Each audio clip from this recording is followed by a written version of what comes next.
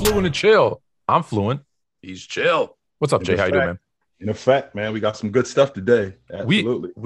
We got a jam-packed mail drop. Tons. There's been so much coming in that I've had to add a couple because, listen, we're trying to answer as many things as we can. We can't get to all of them on the lives, so I'm going to try and squeeze in a few more. We also have some NFL news. We really thought this was going to be a time we were going to focus on basketball. The playoffs are coming up soon, but we've got some games left. We've got the NCAA tournament coming. We're going to talk about that next week. But there's some quarterbacks that have moved, quarterback that got paid. We're going to talk about those and if it was the right moves for the teams for the quarterbacks. But first,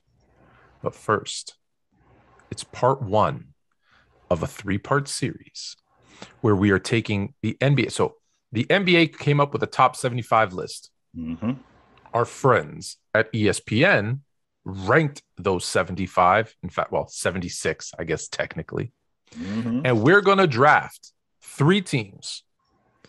Players 51 through 76, according to the ESPN rankings, will be today. Next week, part 2, we're going to do players 26 through 50. And then part 3, we're going to make our teams with the top 25. So we're going to jump. I'll let you go ahead if you have anything while I'm pulling up the list. I got my list right in front of me, Tone. You got your list in front of you? Ready to go? I got my list right in front of me, man, and it looks pretty serious, man. It does. It looks pretty serious. We got a bunch of guys on this list. It looks like it's real point guard heavy, though. This list right here, real point guard heavy, and a lot of guys on this list where you can basically start your team with this guy, right? You can start your team with this guy. Not really a lot of big men and not really a lot of big guys in here, but there are some big guys. But not a lot. But it's real point guard heavy. So here's the thing: you're gonna have to make your pick and say this is gonna be my point guard, shooting guard, small forward, power forward, center, and then 6th man. Okay, that's how we're gonna do this. Absolutely. On the last draft that we did, we redrafted the All-Star team. I went first. I think I won. So I'm gonna let you go first. You get the number 1 pick. All right. So again, Tone, I'm starting my team with a point because this is very point guard heavy. So I'm starting my team with a lead guard. And wow, Tone, this is really tough. I'm not going with Russell Westbrook. I'm going to start my team with a big man. I'm starting my team with Anthony Davis. Anthony Davis. He goes the complete opposite way. I'm starting my team with Anthony Davis. And you're putting him at center or power forward?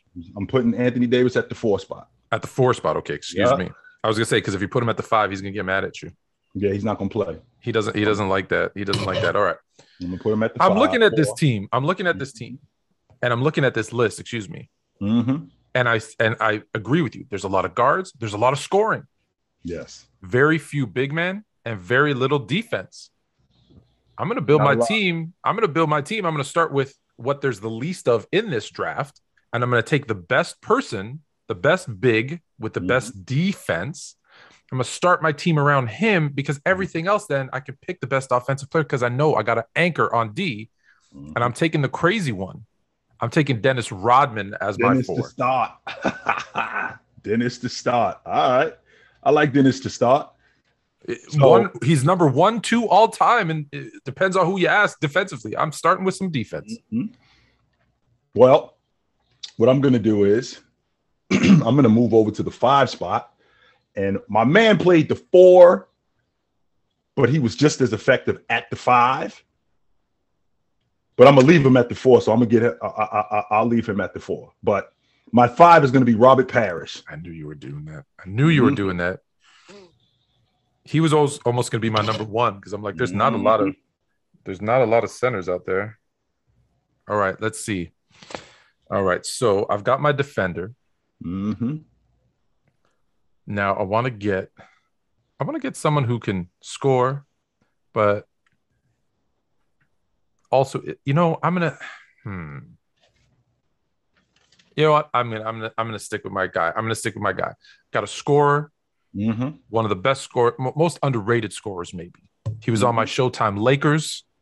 I'm going to put him at the 3. I'm taking James Worthy. Okay. I'm going to counter your Laker pick, and I'm going to go with my 3-man and Iceman. That's a good one. Mm-hmm. That is a good one. George Gervin. All right. Mm-hmm. All right. Let's see. Now here's where I'm thinking I got options. Mm-hmm. I've got options. I know where I want to go with one pick, so I'm going to save that one because I don't think you're going there. All right. I'm going to go with a guy who just kind of, who some people don't even think deserves to be on this list. Mm-hmm. But if I'm starting a franchise, I'm looking at this list. He's number 75. Mm-hmm. But he's led his team. He can score. He can shoot. He's got everything I need to work with Worthy and Dennis Rodman. I'm going with Dame time. All right, no problem. You're going with Dame time. I can get with that logic, sure. But I already got my 5-man in Parish. I got my 4-man in Anthony Davis. I got my small forward in Iceman. So I need a shooting guard, right? I need a shooting guard. And I'm a huge Sam Jones guy. I don't like Sam Jones. I love Sam Jones. But Drex is my guy. You had me fooled. I thought you were gonna take Sam Jones. I'm like, perfect, because then Drexler slides to me. No way. I'm going with Drex. All right, so you're taking Drex. Mm-hmm. So you got Clyde Drexler, George Gervin, Anthony Davis, Robert Parish. I got Damian Lillard, Worthy, Rodman. Let's see. I'm looking at this team. I also need a shooting guard. Mm-hmm. And it was going to be Clyde Drexler. Mm-hmm. But he's no longer available. He's not available. He is no longer available. I see that. So I'm going to go. It's a good thing this is a fantasy draft because these two guys would kill each other because one's a Celtic and one's a Laker. I'm going with Paul Pierce as my shooting guard. Hey, I don't mind Paul Pierce at all. I don't mind Paul Pierce at all. At the 2, yeah, because Paul Pierce lights up the scoreboard. That's I got scorers, I got defense. I'm ready. Well, what I need at the point guard is I need a distributor. All right, I got buckets at the 2, right? In Drex and in Iceman.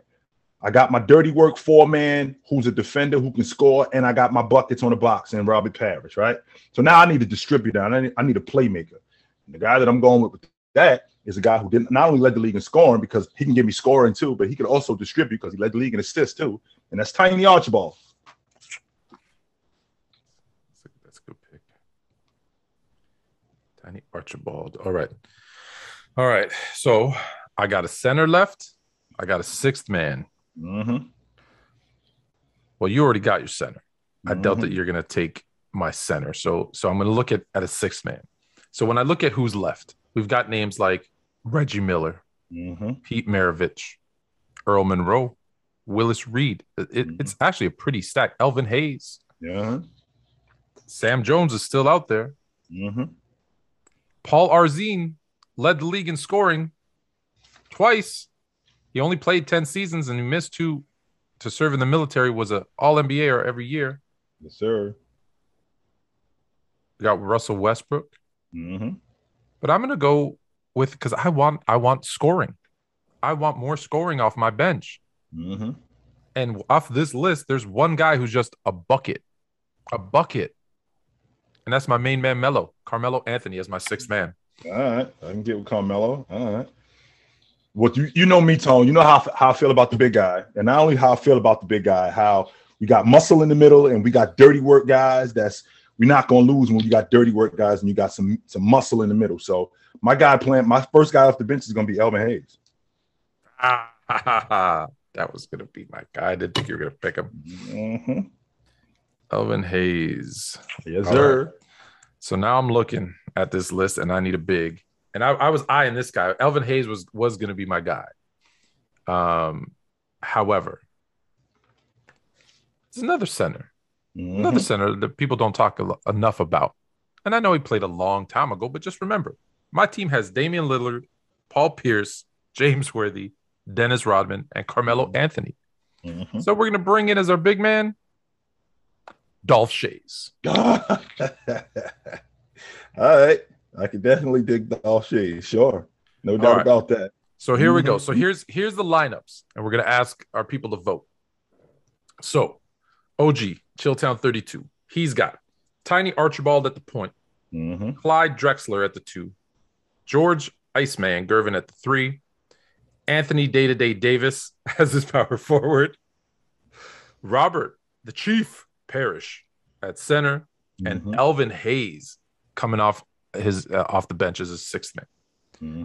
I think I'm going with a little younger lineup.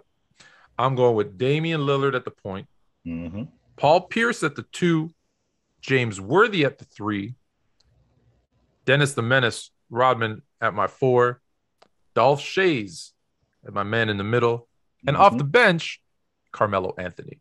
So let us know which team wins in a 7-game series and why. It's good. I love these drafts. I'm going to enjoy doing this every week. I am going to enjoy doing these every week. All right. So now let's switch gears a little bit and go to the NFL. The NFL. Listen, I didn't think we were going to talk at all about the NFL. I'm going to be honest. They threw a monkey wrench in the whole thing, Tone. It's supposed to be we got the playoffs coming up in like 6 weeks, right? Basketball season is in full effect. I thought we were going to talk about basketball seedings, the NCAA, who's in, who's out. Nope. We're going to do that. But let's start with who got paid, because I thought he was all but gone. In fact, at the beginning of last season, didn't they say this is Aaron Rodgers' last dance? And they were comparing it to Jordan and the Bulls, and he was out. It was a step away from a farewell tour. It was a step away from that. We were about to do that. Everybody was saying Denver, San Francisco. What did I say? Do you remember what I said? Do you remember what you said? Well, you loved them in Chicago, even though we knew that wasn't going to happen. No, of course. Yeah, we knew that. I wanted him out of the NFC North. There's more. You wanted him gone. You wanted him gone. No, I wanted him in Denver. I wanted him in Denver. Yes, you did. Yeah. And where? Do you remember what you said? Where did I want Aaron Rodgers? I'll remind you. I said, where's the best fit for him? And you said, so where my memory comes in, I think the best situation is him to stay in Green Bay. Well, I was just trying to make sense, Tone, of the teams that he had been on, and you and I had this back and forth, and I thought that this team that he was on last year, that was the best team that he was on since they won the bowl game. Yeah. That was the best team that he was on. So I'm thinking to myself, if he's moving on, he's moving to a lesser situation. Why would he go anywhere else? Yeah, and I just wanted him, like I said, out of the NFC North because I'm sick of losing to him. But then when 4-year, $200 million gets thrown at you, I'm playing in any city you want me for 4 years, $200 million. I'm there. I don't know if his team's going to be better because now they're going to have to, again, depending on if the other players, if they restructure, if they do some things to kind of stay. Otherwise, they're going to have to make some tough decisions on players to release if they won't restructure. And then that team is going to be worse than it was last year. And let's be honest, last year's team wasn't good enough to win. They had the bye, they had the number 1 seed, and they couldn't get by the 49ers. What makes you think that a team with less will do better? I don't see, especially, here's the thing. He structured his contract in a way that these first 2 years aren't as bad in terms of the cap hit. So actually they might be able to keep most of their players. But in the last 2 years of this contract, go take a look at it. For a 40-year-old Aaron Rodgers, not everybody can be Tom Brady and play into their 40s. This contract might look really, really bad. He might not even be around, Tone, in 2 years. It might look really bad in 2 years. So he's staying in Green Bay. They franchise tagged Devontae Adams, so they got that duo back. And listen, if you're a Packers fan, you've got to be happy. You've got one of the most talented quarterbacks in NFL history. You got one of the most talented wide receivers in NFL history back on the team. So you're going to be competing. I don't think it's enough to win a Super Bowl. What do you think? Well, we saw what happened last season. Like I told you, Tone, you're looking at Devontae Adams, who was arguably the best wide receiver in the game. Aaron Rodgers had won the league MVP for the second consecutive year, right? The special teams was their issue.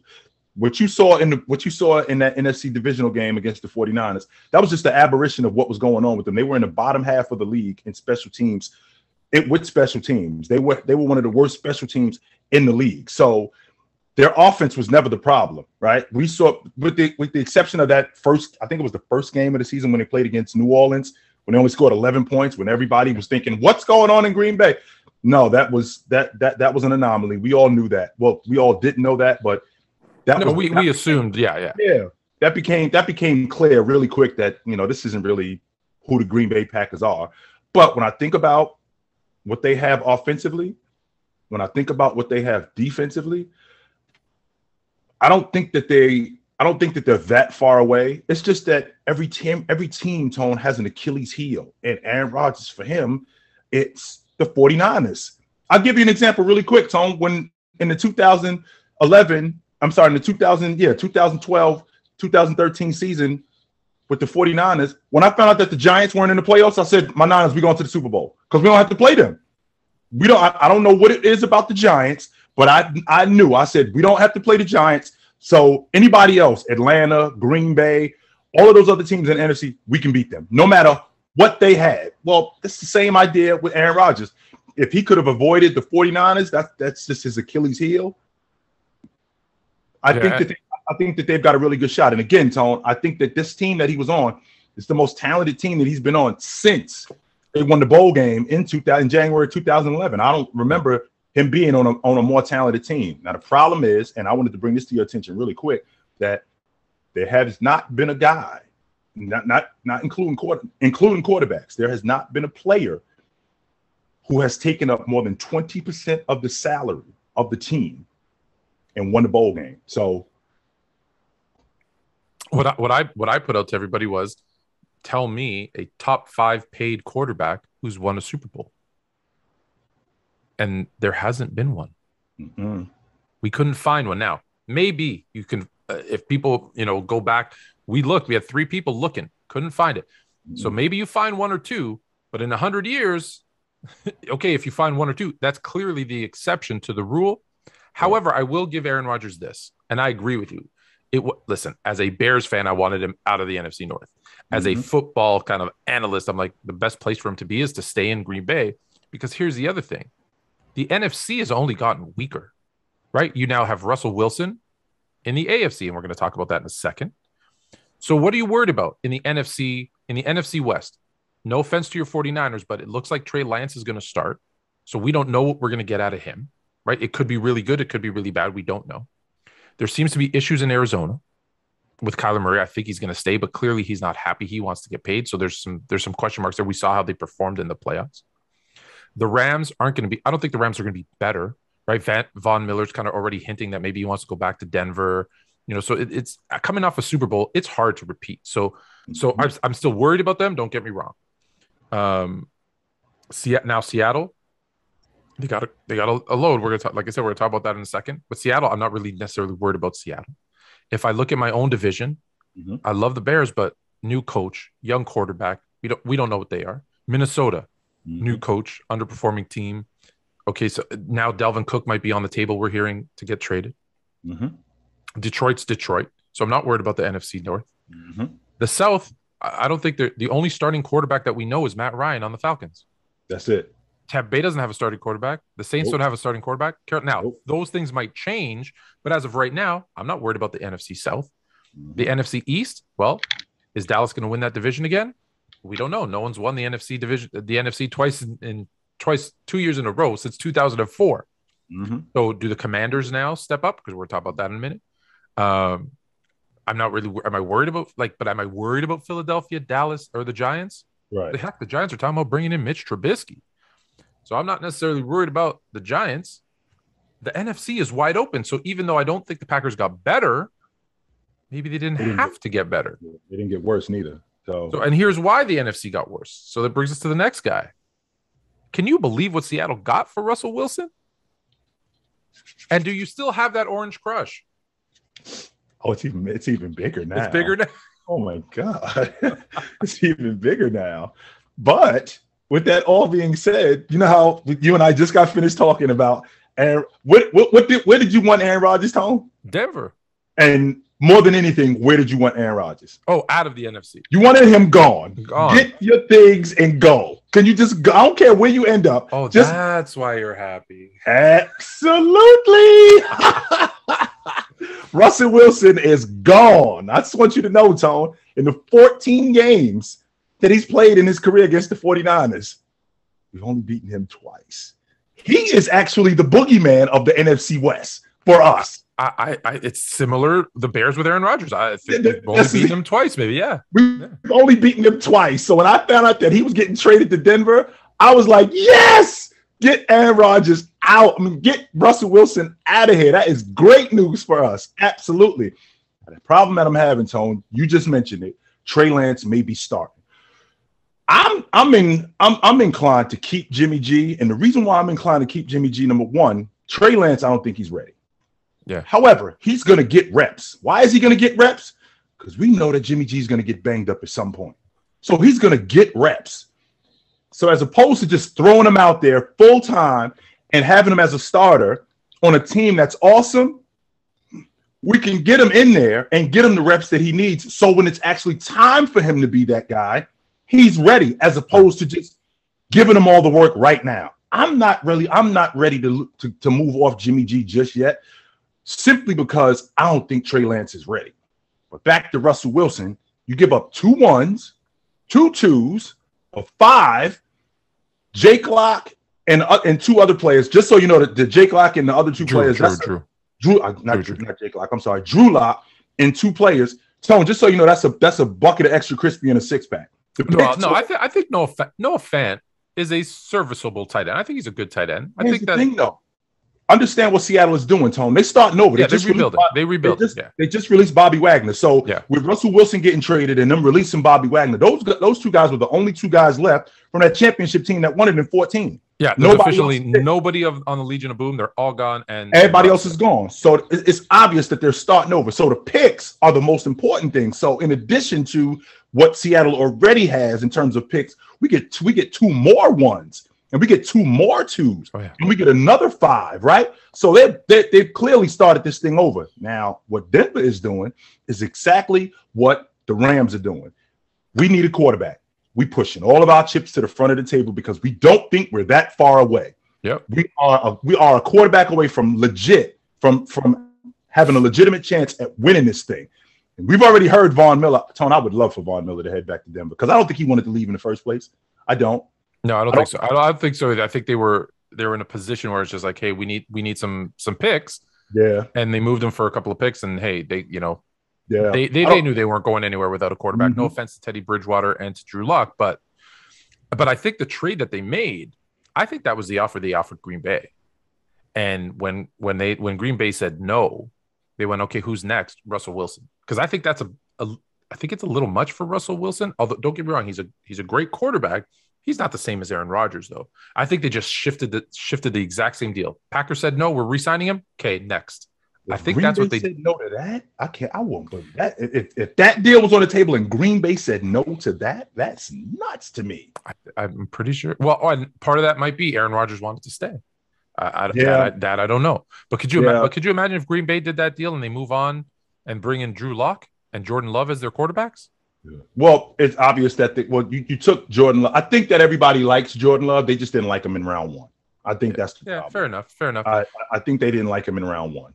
What makes me nervous is a couple of things. Is one, I like Russell Wilson. Mm-hmm. I like Russell Wilson in Denver. I don't like what division Denver is in. You got to play 2 games against what's going to be an improved Raiders team with Derek Carr, and if they can get a wide receiver, like I keep saying, Amari Cooper, if he does get released from the Cowboys and they get Amari Cooper, the Raiders are going to be a formidable team. Don't forget they got Darren Waller, Josh Jacobs. Like they've got an offense. Mm-hmm. They've got the Los Angeles Chargers. 3rd year now of Justin Herbert, who's looking better and better every year. He's going to be more comfortable in that offense now, 2nd year in a row, right? Because I think, remember I said, having 1st year, 2nd year quarterback switching his coaching staff is tough. Well, now he's going to have the same coaching staff for 2 years in a row. They're going to get better. Mm-hmm. And they have cap space. I think they're going to get them some help on the defensive end. Then you got, I haven't even talked about the Kansas City Chiefs. That division is that's 6 really, really tough games. And we're not even mentioning, the Steelers are going to be good. The Bengals are going to be good. Tennessee's the Bills, the Patriots, right? The Dolphins are improved. Don't forget the Dolphins won 7 games in a row last year. Yeah, they did. You've got so many good teams in the AFC. I know I missed some too, but like other than maybe the Jets, the Jags. Yeah. Okay, maybe the Texans. I think the Texans are going to be improved, at least defensively. I don't think they're going to be an easy loss. But look, they may not have a great record, but with Lovie Smith, they're going to be better. Well, to think that that's a division. That conference is crazy. Well, to think that you're in a division where David Carr is the worst quarterback, that sounds nuts to me. Just to start there, right? We Yeah, talking about and Derek Carr gets no love. Derek Carr right. gets no love, and he's better than people. Yeah, for A sure. lot better than people think. You can make the argument that Derek Carr is the top 10 quarterback. You can absolutely make that argument that he's a top 10 quarterback. So with that being said, you're in a division where Derek Carr is at the bottom in terms of quarterbacks, right? And it's not like it's like this because it's really close. I don't think he's that. I don't think Didn't the Raiders win 9 games last year? Didn't they make the playoffs last year? That's the worst team. Yeah, they made the playoffs. Absolutely. They made the playoffs. And the Chargers basically, who I had in the bowl, I had them in the AFC Championship game. So I'm on the one hand, it sounds nuts for Russell Wilson to want to go to that division. Like, what are you thinking, my man? But what it also makes sense to is Russell's a competitor, man. And with that being said, he's looking at every situation. I'm not going to go play for the Giants. All right. I'm not going to go play in Tennessee. I'm not going to go play in Cleveland, which Cleveland did make a lot of sense. I'm going to go play in Denver, where they are a quarterback away from making a real run at this thing. They are. I would have probably pushed for the Colts. I would have pushed for the Colts up because now the Colts have moved Carson Wentz to the Commanders. Mm-hmm. Is that just a gap quarterback, right? Well, they're going to draft someone this year or next year. Obviously, the Commanders, right? Oh, I don't know, man, because I look at Carson Wentz and he's in year 6. Carson Wentz isn't bad. Carson Wentz is he's not bad. Okay, he's not bad, but he can't stay. If he could stay healthy, a lot of these, what we have to respect about these guys is every quarterback isn't a guy that's going to get you to the title game. So we have a lot of quarterbacks that just are good. Now, a lot of these teams don't land Russell Wilson. I mean, Russell Wilson was a 3rd round pick. I didn't think that Russell Wilson was a franchise quarterback. I mean, there's a reason why they brought in Moore, and they brought in Moore because they thought he was the guy. Russ beat him out. So when you're talking about franchise quarterbacks, a lot of these teams don't have that. And I know you're looking for that, Tone, but I know you're looking for that. But a lot of teams, they got to stick with what they got and just see how far they can go. I mean, Heineke, I always felt like Heineke was a starter, but I didn't think he was a starter on a playoff team. I thought he's a really good backup. That's what I'm saying. Yeah, he's like a borderline starter, which means he's probably a really good backup. He's serviceable. Absolutely. I didn't think that he was a guy that you basically putting all your hopes on, and we're going to go to the playoffs with this guy and maybe possibly win it. I like our chances better with Carson Wentz than I do if Carson Wentz can stay healthy. Then I think that they can make some noise. I think what's the most important thing, Tony, is that these teams have to be realistic. A lot of you guys are not going to win it. It's not going to happen. But to be competitive and to have a quarterback who's going to keep you in games and give you an opportunity, that's a big deal because there are plenty of teams there are more teams that don't have that than teams that do. Yeah, no, that's fair. So the Colts obviously move on from Wentz. Mm-hmm. So who comes into Indianapolis? Because now they need a quarterback. They do need a quarterback. And when I think about who's available in terms of free agency and in terms of a trade, well, Baker, I already know how you feel about Baker, and I can't believe I'm even bringing this up. No, don't. Let's just skip that thought. I already know what's going to happen with that, but I'm looking at Indianapolis, and they look like a team to me where they're going to have to start over at the quarterback spot because they're not. I don't think that they're maybe Jameis Winston. And I have another idea. So you've got. I don't want to say the best because Derrick Henry's the best, but let's say a top 3 running back in the NFL in Jonathan Taylor. I think he's 2. He's number 2. Mm-hmm. You've got a good receiving core. You got a good defense. They're really a quarterback away, a healthy quarterback away from making a run in the AFC. And what do they need? Well, they don't need someone like in Tennessee, because I keep saying this about Ryan Tannehill. Ryan Tannehill will lose you games, right? He'll throw you picks when, like, to start a game, to end a game. We saw that, right? Cincinnati. He did that against Cincinnati. We wasted away 9 sacks by that defense, and you waste away that game. So when you have that, so you can't have that kind of player. Well, who's a quarterback that comes in and look, he's not going to light up the scoreboard, but he's also not going to make mistakes, and he wins like 80% of the time that he plays? Jimmy G. Jimmy G would be the perfect little plug in and go. Rely on that running game, rely on that defense, and win some games. He makes sense. The other one, if you want to go in a completely different direction to bring in like kind of like a dynamic quarterback, there's a backup in Baltimore. It looked pretty good. Well, Lamar Jackson was hurt, and he would probably, because you're looking for availability, someone who's not going to kill you. I want to pause actually for a second because I didn't mention this with Seattle, and this is the same thing that I'm talking about. I'm going to say with the Colts, so let me tie the two together. I think Seattle realized, how did we win a Super Bowl? Actually, let me say, how did we go from one running play away from winning 2 Super Bowls and beating Peyton Manning and Tom Brady in those Super Bowls? Just think about that for a second. It was with defense and a running game and a quarterback, a dynamic quarterback on a rookie deal, right? We forget that once Russell Wilson got paid, that matters. Everybody had to kind of go away. So, hey, let's build up those draft picks. Let's get a bunch of guys in.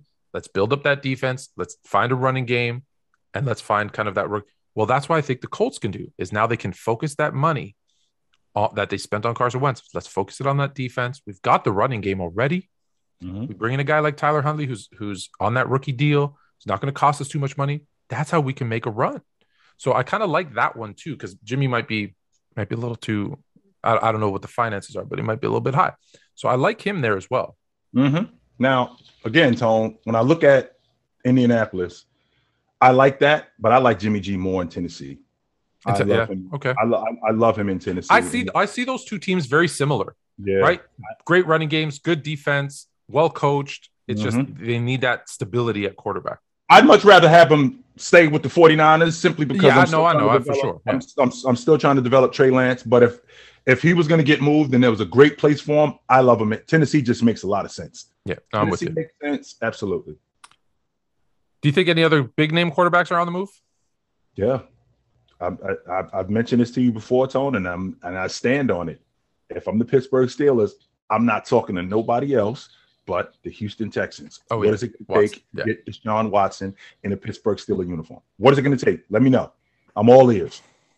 Because you and I have had this conversation plenty of times about the Steelers, and you look at that offense. Add Deshaun Watson to that offense. They go right to the top of the AFC. 100%. With that defense already? Oh, yeah, they're there. They go right 100%. To the top of the AFC. 100%. So it's interesting because I think there's a lot of teams, but there's probably 2 teams that the names keep coming up: is Pittsburgh for Watson and Carolina. Let me throw this one at you. If they cannot get Deshaun Watson, there's another veteran quarterback that's probably been in his current situation a year too long. Would they make a run at Matt Ryan? Would that be a fit?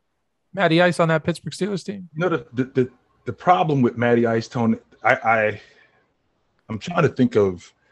There was a guy you and I were just talking about when you're talking about basketball, where there's a part of me that feels like Matty Ice is washed, but there's also a part of me that's thinking, you put him in the right system, and he's still got some juice left. Yeah. And to see him in Pittsburgh, is he a better version at this stage? Anybody's a better version of Ben Roethlisberger. No, but is he better than Ben Roethlisberger was 3 years ago? That's my point, Tone. At 3 years ago, you rewind the clock to who Ben Roethlisberger was, and you do the same thing with Matty Ice right now. Is he better, and does he give them a better chance to win than not being able to bag? Well, than Mason Rudolph.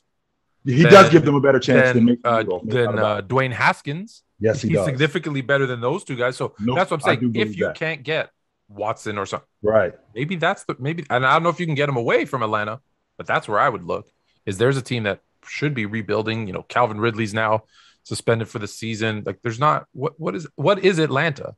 Like, let's see if they won't get the Russell Wilson haul, but I think they can get some pieces. Pieces.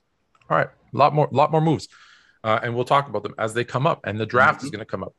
Yes, get some draft experts in here, and we'll talk about the draft as it gets closer. All right, I told you we had a big flood of questions for mail drop.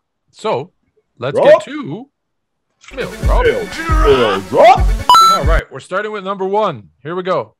So I got sent in a picture with this question, and it said, and I quote, or I don't quote, I paraphrase: LeBron James is upset Because when they talk about the greatest scorers of all time, they don't bring up his name. The question is, should he be upset? Yeah. And the reason why he should be upset is because I averaged 25 a game for 19 straight years. And meanwhile, y'all talk 27. about. Well, I'm sorry. At minimum, I averaged 25. Okay. At minimum, I averaged 25 a game for 19 straight years. These are how many people in the history of the NBA could say that they've done that. That's it. Except for myself. These are how many other people could say that they've done it. Now, you guys talk about me as a pass first guy. You know who's a pass first guy? Magic, Stockton, Steve Nash, Chris Paul. These guys are pass first guys. Yep. LeBron James is not a pass first guy, because if he was a pass first guy, he wouldn't average nearly as many points for his career as he does. Seventh all time in field goal attempts per game. That's not pass first. That's not a pass first guy. Absolutely not. Now, James, his bag has improved, and that's what the kids say. His bag has improved every year since he had been in league. He enhanced his jump shot. He enhanced his mid-range game. His transition game got better. His three ball got better. All of these things. He even has some moves in the post. Absolutely. His post game got better. All of those things improved over the course of from year 3 to year 10, because from that point, he was just from year 3 to probably year 8. I'm just bigger, faster, and stronger than all of you guys. So there's really no reason for me to even enhance a lot of my stuff, because I can do it anyway. But then he started to improve these things. And a lot of people looked at his game like, well, he's just barreling downhill. Well, scoring is scoring. So James put throwing the ball, but James put more stuff on the wing in his game. James put more stuff in transition in his game. He put a pull-up jump shot in his game. He put a pull-up 3 in his game. He put a step back in his game. He improved his offensive game. So the logic that James should be upset about him not being a scorer, yeah, I absolutely believe that, simply because of how much he improved as a scorer and how much it showed. And the fact that people look at him, James is a pass first guy. Tone just mentioned it to me. 7th all time. That means there's only 6 guys in the history of the game who took more shots than him. In the 75-year history of the NBA, there's only 6 guys who took more shots. If I'm shooting that much, I'm not a pass first guy. And he's not a pass first guy. He's a scorer who can distribute. He's not a distributor who can score. It's not the same thing. So I will tell everyone at home to get their popcorn ready to steal a line from T.O. Hit record. Do whatever it is that you do. Screen record right now, because you're going to hear some stuff that you don't hear from me very often. He's fifth all time in points per game. He is 3rd all time, and by the end of his career will be number 1 all time in points scored per game. Don't give me that he's first because of the playoffs. Stop that. That's not a narrative. So he's 3rd all time. He's 5th all time in points per game. He can shoot the 3 as good as anybody, especially as a small forward, right? He hits it at 35, 36%. Like, he's solid. 8 seasons, Tone. 8 seasons at 35% or higher. 8 of them. People might not like his mid-range game because it's below 40%, but that's not really part of the game anymore. The same way I give kind of Jordan a pass and say, well, 3-point shooting wasn't part of the game, so the fact that he shot 32, 33%, when you shoot half of one a game, it doesn't affect his game. He is in the era of, since 1996 and on, because that's the only time they tracked it, 0 to 3 feet. He is at the top or the top in terms of field goal percentage within 3 feet, over 70%. Stop me, and people will give me excuses about the defense. I get it. I don't care. At the end of the day, the reason LeBron James isn't referred to as a top 5 scorer all time, which he should be, is because people don't like the way he does it. And I keep telling you this. Stop putting your own aesthetics on production. I don't like Cooper Kupp because he is only out of the slot and he only runs slants and hooks. I don't care. He got 1,900 yards. I don't like the way LeBron James scores because he just barrels over people and there's no, buddy stopping him, and it's all within 3 feet. Stop him. If it was easy, stop him. If it was easy, why isn't everybody doing it? You tell me, listen, I get it. He's a freak athlete, but at the same time, there's 6'8", 6'9", 250 pounders. Go ahead, go do it. There's some skill involved in that ability. So I can't believe here's hit record right now. I'm with LeBron James. He should be upset that they don't talk about him as one of the top scorers of all time, because he is one of the top scorers of all time. Mm-hmm. We're confusing versatility and, again, the way we want to see guys. Like, people say Steph's the best scorer because he shoots all these threes. Well, that's because you like that. Mm-hmm. Kevin Durant's the greatest scorer because he does everything. That's because you look at versatility and you're confusing the two. At the end of the day, is he scoring? Yes. Is anyone stopping him? No. Can everybody do what he does? No. So he's in that conversation. I've said this. I don't have him one. I don't have him number one.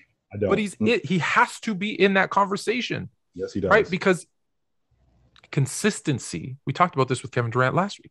Consistency is also important. To your point, 25 plus points per game for 19 straight season, never averaged less. Hello. You're a consistent, efficient, and versatile scorer. Well, how are you not? When people say he's pass first, I honestly, you know me. I want to give him I want to slap him upside the head. Yeah, be like, you're not seventh. You're not seventh in field goal attempts. You're a scorer first. He's not a pass first guy. Who, like all great scorers, whether it's Steph, Jordan, Wilt, all of them. What makes them so great? When people collapse on you, you pass. Mm-hmm. And let's be clear, every single one of these guys that I just mentioned, Jordan, Wilt, LeBron, Steph, they all can pass. Don't get it twisted. They all can pass. When the offense collapses on you, they pass the ball. However, like I said, with LeBron James, people don't like the way he does it. But I'm defending LeBron. Put some respect on this man's name. He is a top 5 scorer all time. You just stop. If you don't think so, you're delusional. Come to Fluent and Chill, and we'll make you more fluent, and then you can chill. Because he's 100% a top 5 scorer. No doubt. That being said, I do want to ask you another question about LeBron. That being said, now I'm going to ask you a bad question about LeBron. If it was anybody else who took it to the rim and had a layup or a reverse layup opportunity to win a game at the end of the game, and he kicked it out for a shot, would he? I don't know. Is LeBron getting a pass for what happened against the Rockets? I don't think he's getting a pass. It's one of those situations, Tone, where it's you damn if you do, you damn if you don't. If he scores that, what's going to be the narrative? Well, it was against the Rockets. If he kicks it out, well, why didn't you score it? So when you're that good and you've been that good for such a long time, people nitpick and they look for things. James is one of the smartest players, if not you can make the argument he's the smartest player in the history of the game. Him giving Carmelo Anthony a wide open look, who, by the way, had knocked down a shot right before that. So it wasn't like it was a situation where he was just giving the ball to anybody. He had given it to Anthony, who had knocked down a shot before that. So it did make sense. But when I think about James in that aspect, he's so good, and he's been so good for a long time, that when he does things, there's always going to be the other side of it. If he makes the layup, well, you should beat Houston. You should have dominated Houston. But that's okay. I can live with that. If he doesn't, then what are you thinking? Pass the ball. You know what? I had a flashback to Ben Simmons, and I know it was the playoffs, right? Similar play where he should lay it up and he kicks it out, and they killed Ben Simmons. I get it. He doesn't have the track record of LeBron, but as a Laker fan, right, I was watching that game and I was screaming.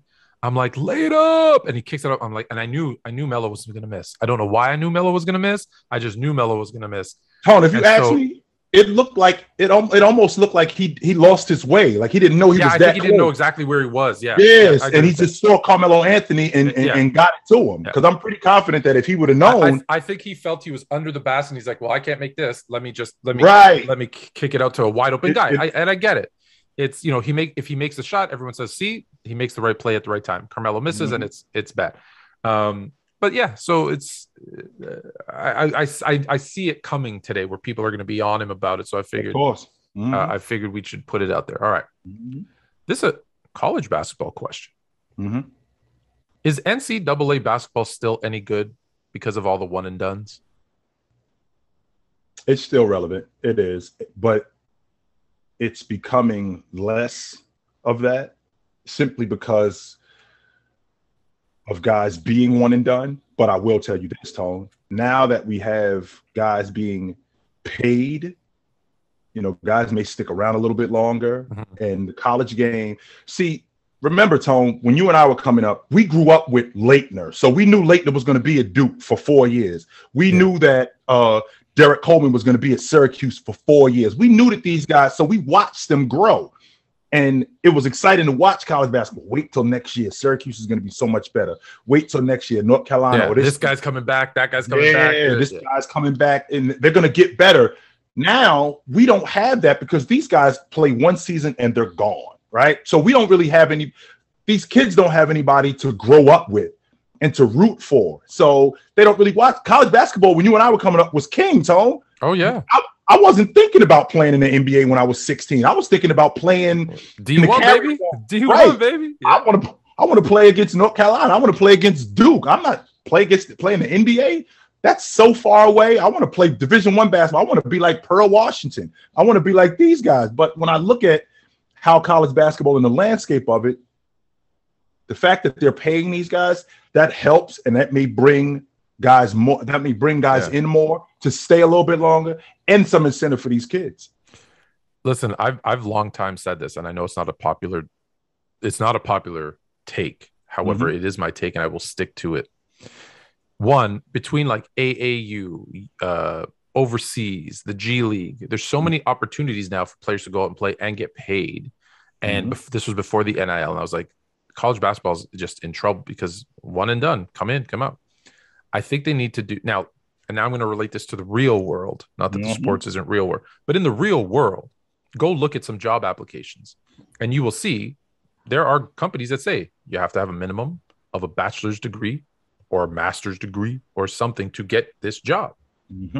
And I have forever believed, one, that college basketball should have the ability to get paid and make money off their name, image, and likeness, which has now happened. Because I'm like, hey, if my jersey is the number one selling jersey, I should get a piece of that. And if someone wants to pay me to sign a bunch of them, I should get paid for that. That's me that they're paying for.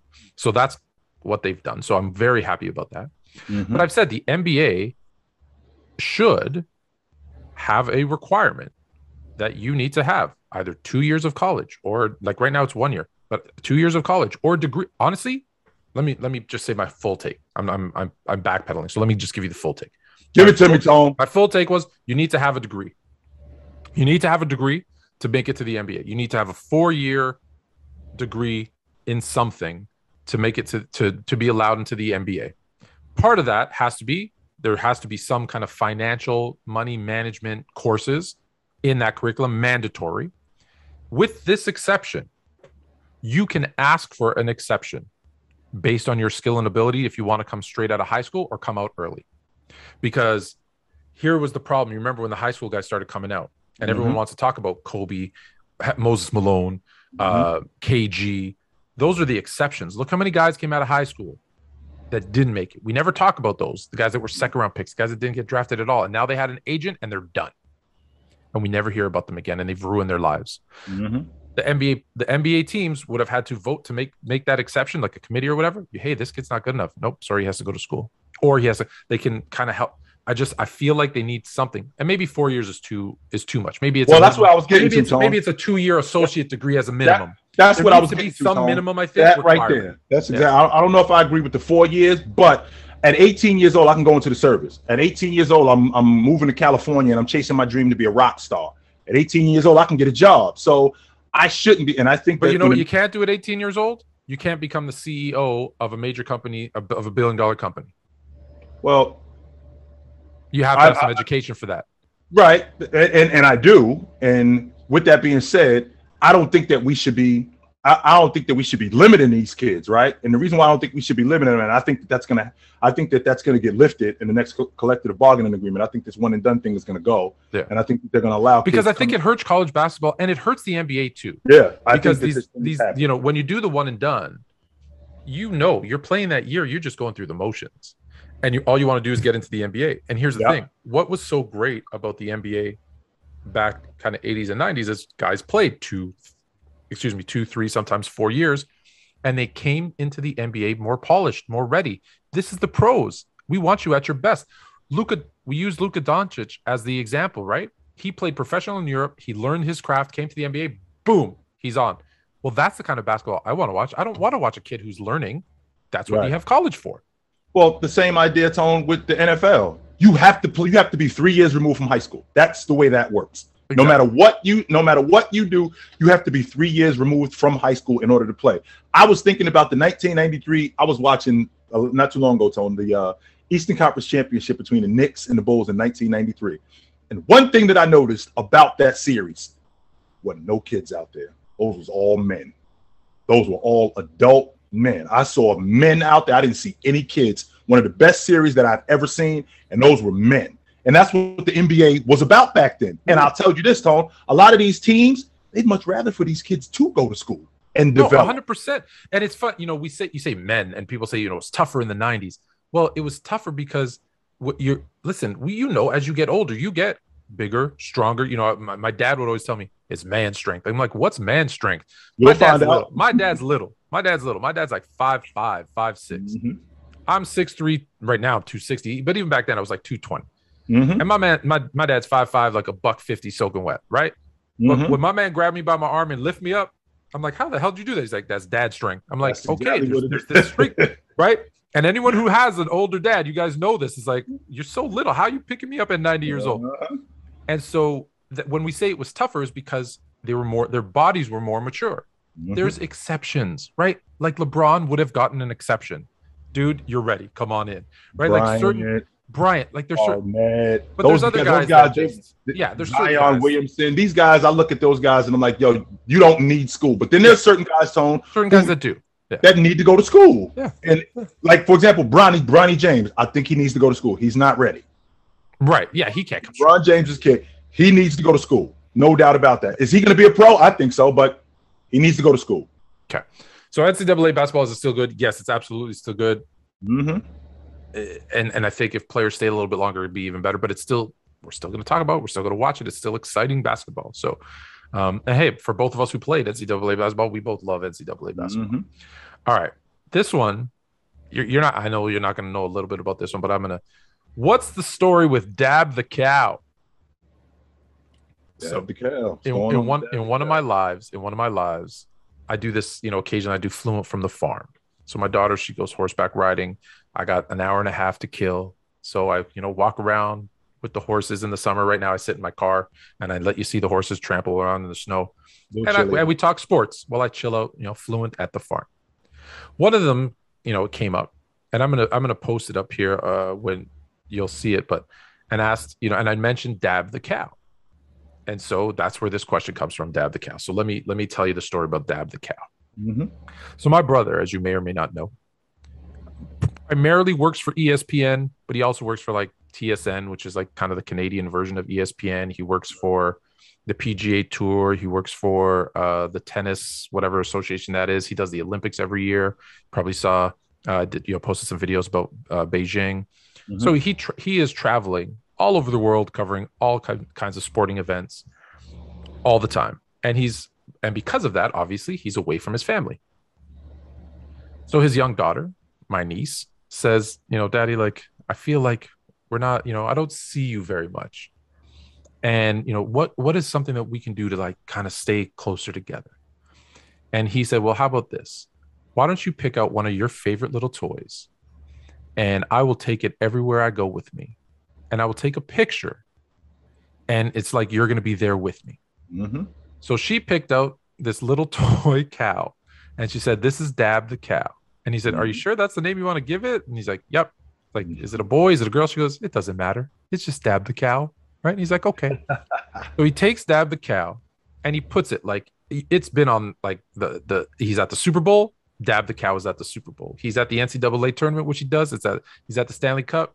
Dab the Cow's there. He's in Beijing. Here's Dab the Cow. Like Dab the Cow has been around. Like if you go to Instagram and you follow Dab the Cow, and this is why I'm telling you, what you're doing is you're seeing a father and his daughter travel the world together through Dab the Cow. And I had talked about the story because I was like, I didn't even know. He's my brother and I didn't even know. And on Instagram, I was being followed by Dab the Cow. And I'm like, what the heck is Dab the Cow? Right. And for the first kind of 20 pictures, it's not, there's no pictures of my brother or his daughter. It's just Dab the cow. I'm like, who is Dab the cow? How's he getting to the Super Bowl? How's he getting to, the US Open, Augusta? He's at the Masters. I'm like, I want to be Dab the cow. And then I realized, I'm like, why? And then I thought, why is Dab the cow following me? And then I scroll. I'm like, bro, that's my brother. I'm like, and of course I call him up. I'm like, what is this? And then he tells me the story. She's like, she wanted to travel with me, and this is how we could do it. So I thought it was a really nice story. I told the story, and we got the question about Dab the cow. So I will say this: go follow Dab the cow, because I think it's a great story. I think it's so cute. Like I said, he travels. Like, just think about he was in Beijing for like a month. He came home for like 3 days, and now he's back out. I think he's in Florida doing something. Then he's going to be in Vegas for the NFL draft. Like, it's just, so he's just traveling around. So Dab the cow, let's check it out. All right. I like it. That's my Dab the cow story. Speaking of international, since we on that subject, I don't even know. This is interesting. Why is Hakeem Olajuwon not considered the greatest international player ever? Is it because he played for Team USA? No. And one, who doesn't think Olajuwon is the best international player ever? And I'd very much like to have a conversation with them. Whoever doesn't think that. I mean, I think he is, but there's a controversy brewing, because when he comes to Houston, right? He goes to Houston, Phi Slamma Jamma, gets drafted by the Rockets, becomes a U.S. citizen, plays for Team USA, and it seems like they've taken away his international card, and he's an American now. But he is the greatest international player of all time, correct? No question about it. I don't think that's a debate, to be quite honest with you. I don't think that's ridiculous. I don't think that it's a debate to even say if Olajuwon is the greatest international player of all time. All right. Well, there we go. We solved that one pretty easy. So there you go. Yeah. Olajuwon is the greatest international player of all time. No questions. The last one, we're getting out of sports. Apart from cheating, what other issues destroy relationships?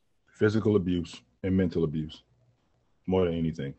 If I stand on it, Tone, and I've stood on it because I grew up in this environment, and I prided myself on not. There are things that I struggled with in the past, but there's two things that I prided myself on not being. The minute I got to start smacking you around, I don't need to be around you. There's no reason for that in any relationship that I'm in with a female. There's no reason for me to violently put my hands on you, and there's no reason for me to talk to you like you are less than. There's no reason to do that, to destroy a person, their mental makeup. There's no reason for that, and that could absolutely wreck a relationship. And a lot of people do that because that's a result of who they are. So they're projecting that on that other person. So when this woman is talking to this man, or this man is talking to this woman about how they're dumb or how they don't do this, and they're constantly berating them, that's really them projecting what they are onto them, and instead of checking themselves. So, and the same logic with being physically violent, Tone, there's no reason whatsoever for me to have to take it there, as opposed to defending myself. Other than that, there's no reason. And if it's gotten to that, then there's no reason for us to stay together. Yeah, if it gets to physical, you're clearly like you're done anyways. But I want to stick to that kind of that mental abuse, because it's not talked about enough. And in almost every single case, if not every case, it's the person's own insecurities. I actually equate it to kind of the trolls that we deal with every day. It's anytime you say something negative to me, like your take is stupid, you're dumb, you don't know what you're talking about. Immediately now, it triggers in my head, like, I feel sorry for you. You clearly have some issues, some anger, some insecurities. Excuse me there. And that's on you. And so if you're in that type of situation, it's not going to change. I'm sorry, it's not going to change. So when they say, hey, no, I won't do that again. Yes, they will. And so I'm just going to give another answer, because that I agree with you. That is probably number one next to the cheating. I think that is that emotional, physical abuse. The other one is money. Yeah. When you look at every time I look at, it's, we say it's everybody wants it, and it's the root, but it's also the root of all evil is money. Everything kind of stems from, I see couples break up all the time. And when I dig deep, Well, it's money. Why? Either we didn't have enough, we have too much. People are gonna say I'm crazy, but No. trust me. Look how many people with money. Jeff Bezos. I'm drawing a blank, but he's the first one that came to mind. But all those Bill Gates, all the money in the world, it didn't help the relationship. Those that don't have money, hey, if you're struggling to get by, if one person feels they're pulling more of the weight than the other, I've had situations where, and this is crazy, it's 2022, but where the woman makes more money than the man and he can't handle it. Well, hey, what does it go back to? It goes back to that insecurity, right? Like, it's okay. I'll be very honest. There was a point in my life where I lost my job, my full time, and I had to take a lesser job. And my wife was making more money than me. You know what? I'm like, whew, thanks. I'm so glad that I have someone like that, right? That because now the pressure's off. And there was never a moment where I was like, she makes more money than me, I'm gonna go. Like, never. So I would say if you're taking the first one aside, the cheating aside, I think it's that mental, physical abuse that people they forgive. They're kind of blinded by love. And then money would probably be a close second. Kanye West got a line, and I'll never forget it for as long as I live, where he says, whether you broke or rich, you gotta feel this. Having money's not everything. Not having it is. There you go. We're gonna end it on that because when you could quote Kanye, it's time to go. All right. So until the next time, take it light, but take it.